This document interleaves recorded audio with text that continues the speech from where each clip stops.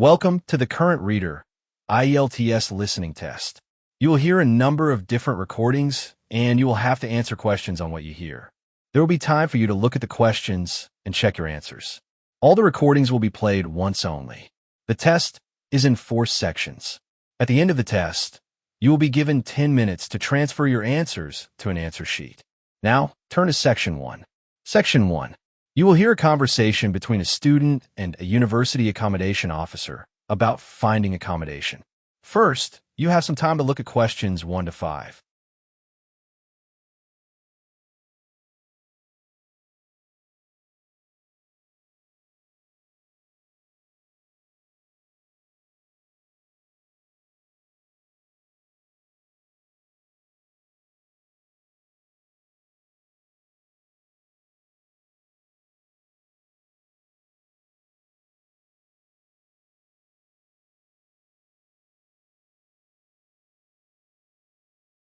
Good morning, University Accommodation Office. How can I help you? Good morning. My name is Sarah O'Connell, and I'm a new international student starting in September.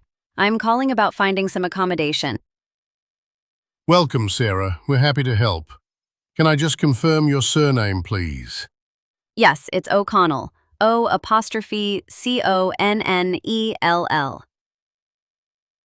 Got it.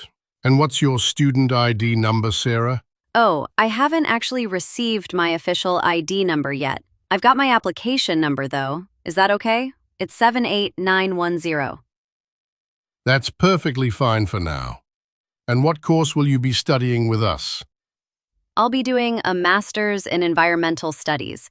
I'm really looking forward to it. Excellent choice. Now, regarding accommodation, what kind of place are you looking for?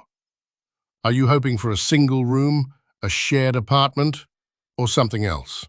Ideally, I prefer a single room in a shared house or flat rather than a large hall of residence. I like my own space, but I also want to live with other students. Understood. And what's your budget like? What's the maximum you're willing to pay per week? I'm hoping to keep it under £150 a week, including bills if possible.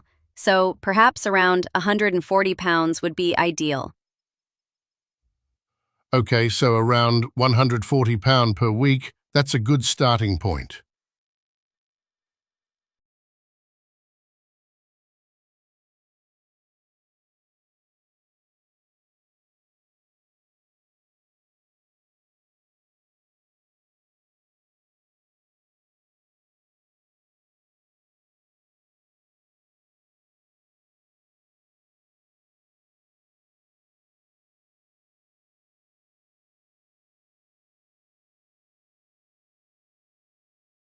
Now you have some time to look at questions 6 to 10. Now,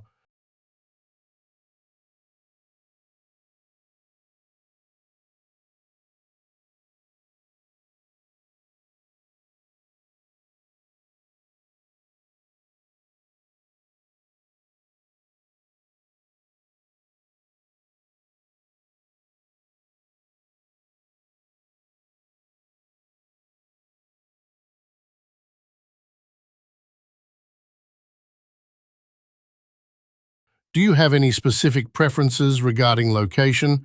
For instance, do you want to be close to the university campus or closer to the city center? Definitely close to the university. I don't want to spend too much time commuting. I'd say within walking distance if possible, or at least a very short bus ride. Right. And any other preferences for the property itself? Yes, it would be great if it had a garden. I love gardening, and it's nice to have some outdoor space. And a good internet connection is a must for my studies. Of course. Many of our student properties come with high-speed internet included in the rent. Some even include utility bills, so that's something to look out for. We have a variety of options. What we'll need you to do is complete an online application form with all your details and also provide a copy of your passport or other form of identification. Okay, so I need to upload my passport copy? That's right. Once we have that, we can start sending you some suitable listings. You'll be able to view photos and details online, and then arrange viewings if you're interested. I also recommend regularly checking our website's new listings section as new properties come up daily, especially closer to the start of term. Fantastic. That sounds really helpful. Thanks so much for your time. You're welcome, Sarah. We look forward to helping you find a great place. That is the end of section 1.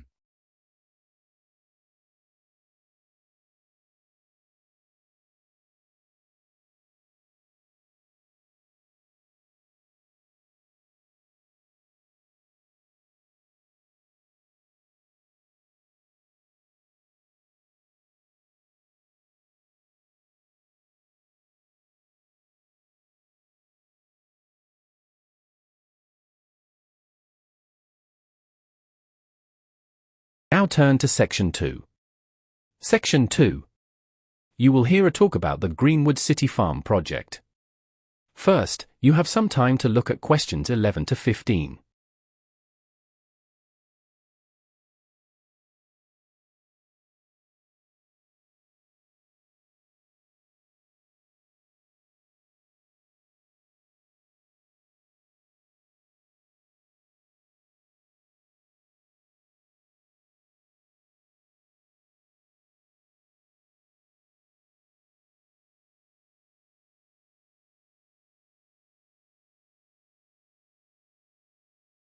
Good morning, everyone. I'm delighted to be here today to tell you about the Greenwood City Farm, a wonderful initiative that's bringing nature and community together right here in the heart of our city. The Greenwood City Farm was set up 3 years ago with a clear mission to promote sustainable urban living. While we do grow a lot of fresh produce and welcome many visitors, our core purpose has always been to educate the public about where their food comes from, how to live more sustainably, and the importance of green spaces in an urban environment. We believe this educational aspect is what truly sets us apart. Our farm is quite unique in its location.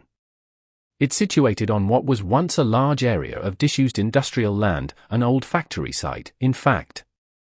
It took a lot of effort to transform it, but we're incredibly proud of what we've achieved. We considered other sites, like a former residential area that was demolished, but the industrial site offered the space we needed without disrupting existing communities. Funding for the farm comes from a variety of sources. We receive some limited government grants, but the majority of our operational costs are covered by significant private donations from local businesses and individuals who believe in our mission. Alongside this, a huge amount of work is done by our dedicated team of volunteers, without whom the farm simply wouldn't exist. So it's a real blend of public support, private generosity, and community effort. Just last month, we were thrilled to announce the opening of our new educational building. This has significantly expanded our capacity to host workshops and school visits. We'd been using a temporary tent for these activities, so having a dedicated structure has made a huge difference. We haven't acquired more land, nor have we opened a cafe yet, though both are future goals. We're open to the public 7 days a week, but the activities vary. On weekdays, you can typically see our animals, chickens, goats, and a few pigs, and there are often opportunities to observe feeding times, which is always popular with children. Gardening workshops are usually held on weekends, and while we do sell some of our produce, this is usually at our Saturday farmers market, not during the week.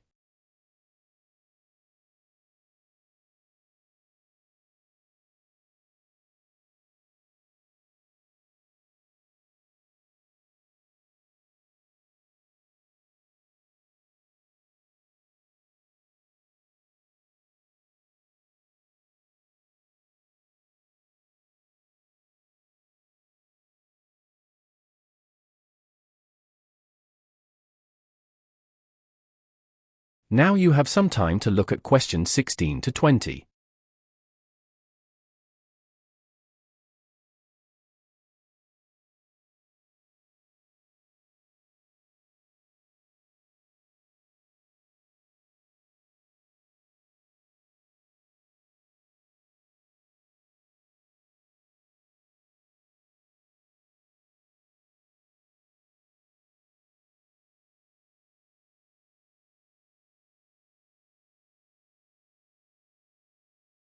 So, let me tell you a bit about the layout of the farm. If you enter through the main entrance, which is marked on your map, the first building you'll see on your left, just past the entrance gate, is the ticket booth. That's where you can get your day pass or inquire about membership. If you walk straight ahead from the entrance, past the animal pens, you'll come to a large open space on your right, before you reach the vegetable gardens. This is our children's play area, a safe space for younger visitors to enjoy. It's marked C on the map. Now, if you continue past the play area and turn left, you'll see a smaller building tucked away behind the main educational building. This is where our volunteer office is located. It's quite discreet, marked G. Next, let's talk about the main educational building itself, marked E. Inside, the largest room, where many of our workshops take place, is the main workshop room. You'll find it directly opposite the entrance to the building. Finally, for those looking to take a souvenir home or buy some fresh produce, our small shop is located at the very back of the farm, adjacent to the orchard, which is H on the map. You have to walk past the pond to get to it. I hope that gives you a good overview. That is the end of section 2. You now have half a minute to check your answers.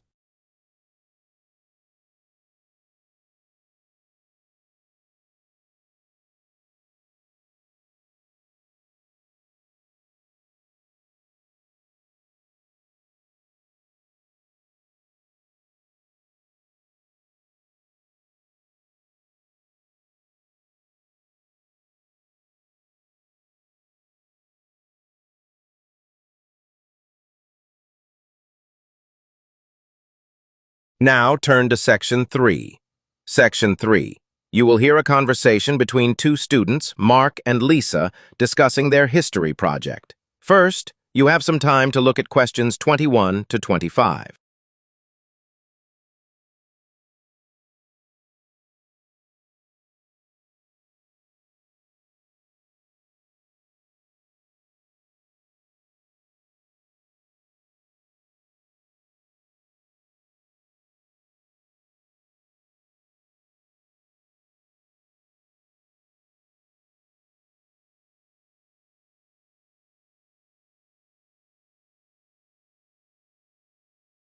Hi, Lisa. So, about this history project on 19th century Britain, how's your research coming along? Hi, Mark. It's a lot, isn't it?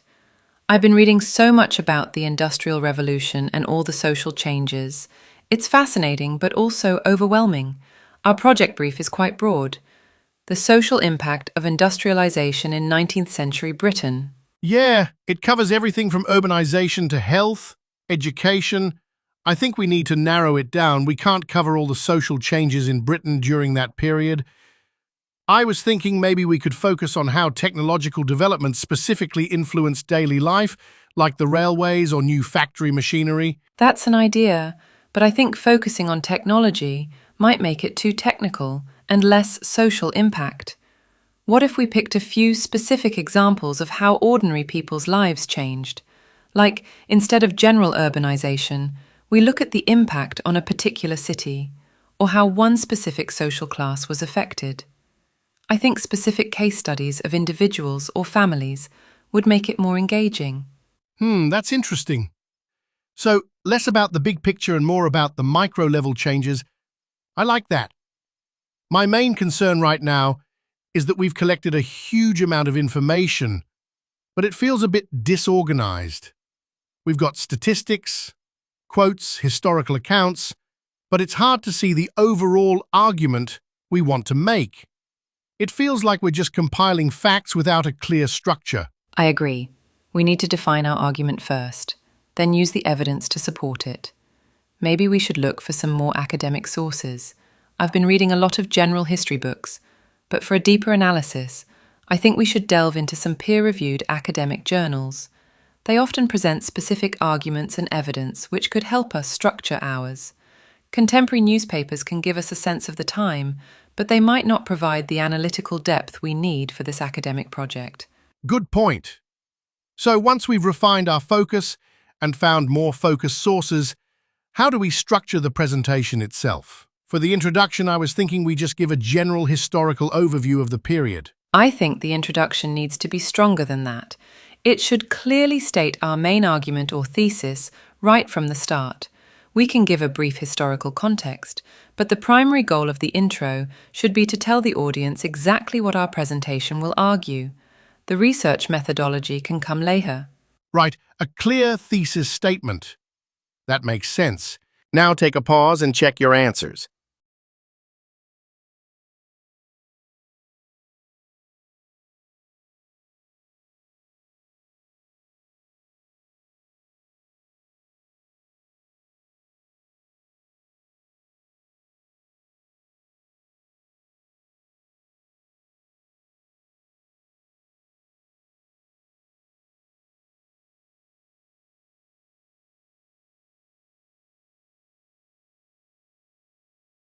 Now listen and answer questions 26 to 30.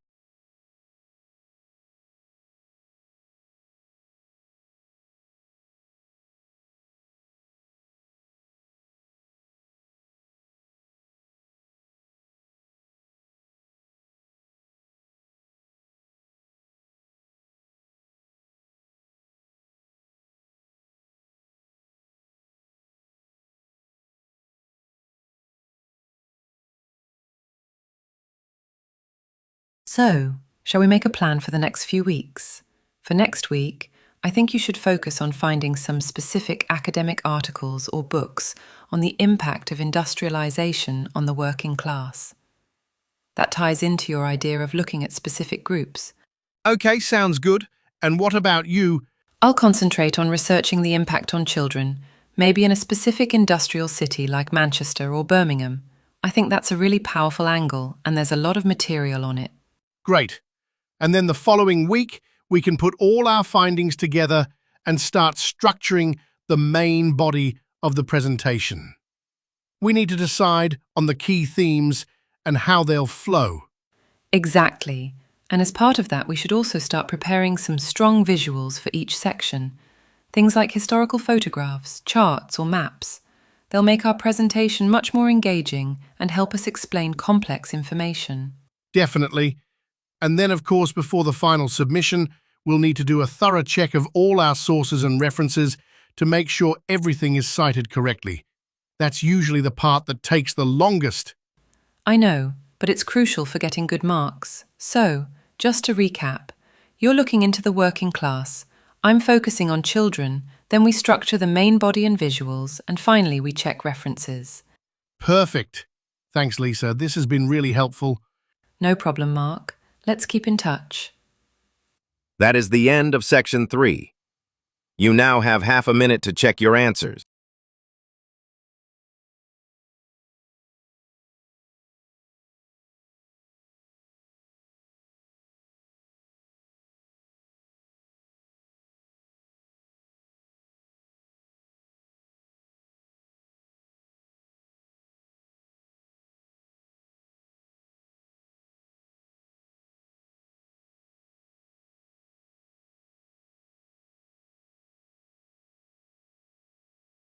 Now turn to Section 4. Section 4. You will hear a lecture on the topic of the science of sleep and dreams. First, you have some time to look at questions 31 to 40.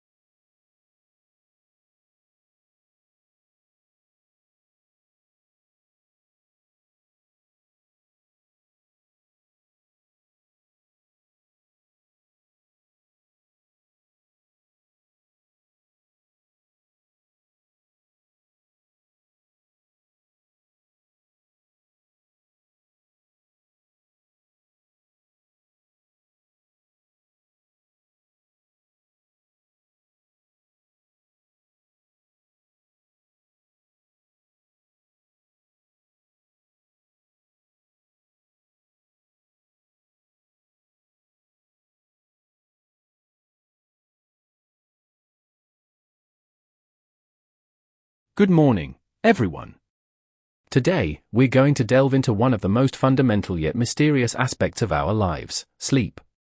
For a long time, sleep was considered a passive, dormant state, but modern neuroscience has revealed it to be an incredibly active and essential process, crucial for both our physical and, perhaps even more importantly, our mental health.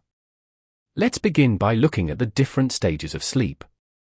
Sleep is generally divided into two main categories: non-REM, or NREM sleep, and REM, or rapid eye movement sleep. NREM sleep is further broken down into 3 or 4 stages, depending on the classification system. Stage 1 is very light sleep, where muscle activity begins to slow, and you can be easily awakened. As we move into Stage 2, our heart rate and body temperature decrease, and brain waves become slower. This is the stage where we spend the majority of our sleep time. Stages 3 and 4, sometimes combined into deep sleep, are the most restorative. During these stages, it's very difficult to wake someone. This is when the body performs most of its physical repair and growth processes, and vital hormones are released. Following NREM sleep, we transition into REM sleep. This stage is particularly fascinating. Despite being asleep, your brain activity during REM sleep is incredibly high, often mimicking that of an awake state. A unique characteristic of REM sleep is that your muscles become temporarily paralyzed, preventing you from acting out your dreams. This is also the stage where most vivid dreams occur. Researchers believe REM sleep is critical for memory consolidation and processing emotions. It's when our brains sort through the day's events, strengthening important neural connections and discarding irrelevant ones. So, what are the overall benefits of getting enough sleep? On the cognitive side, sufficient sleep dramatically improves concentration, problem-solving abilities, and our overall capacity for learning. Physically, sleep plays a vital role in boosting our immune system, repairing cells and tissues, and regulating our metabolism, which impacts things like appetite and energy levels. And mentally, adequate sleep reduces stress and significantly improves our mood. A well-rested individual is generally more resilient and emotionally balanced. Conversely, sleep deprivation can have severe consequences. Short-term effects include reduced cognitive function, making it harder to focus and make decisions, and an increased risk of accidents due to impaired judgment and reaction times. Long-term, chronic sleep deprivation is linked to a range of serious health issues, including a weakened immune system, high blood pressure, heart disease, and even certain digestive problems. It's clear that sleep is not a luxury, but a fundamental necessity for our well-being. Thank you. Now check your answer to questions 31 to 40.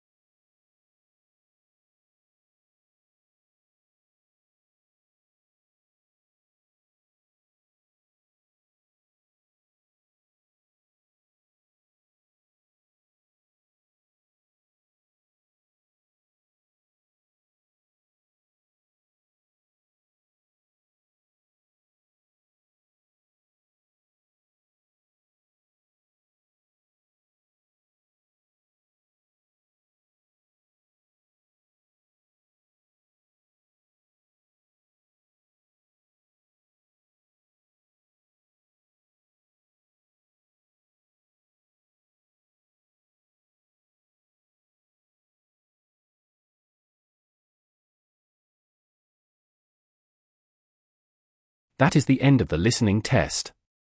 You now have 10 minutes to transfer your answers to the answer sheet. And that concludes our IELTS listening mock test. I hope you found that a valuable practice session. Now, let's go through the answers together. Grab your pens and mark your work.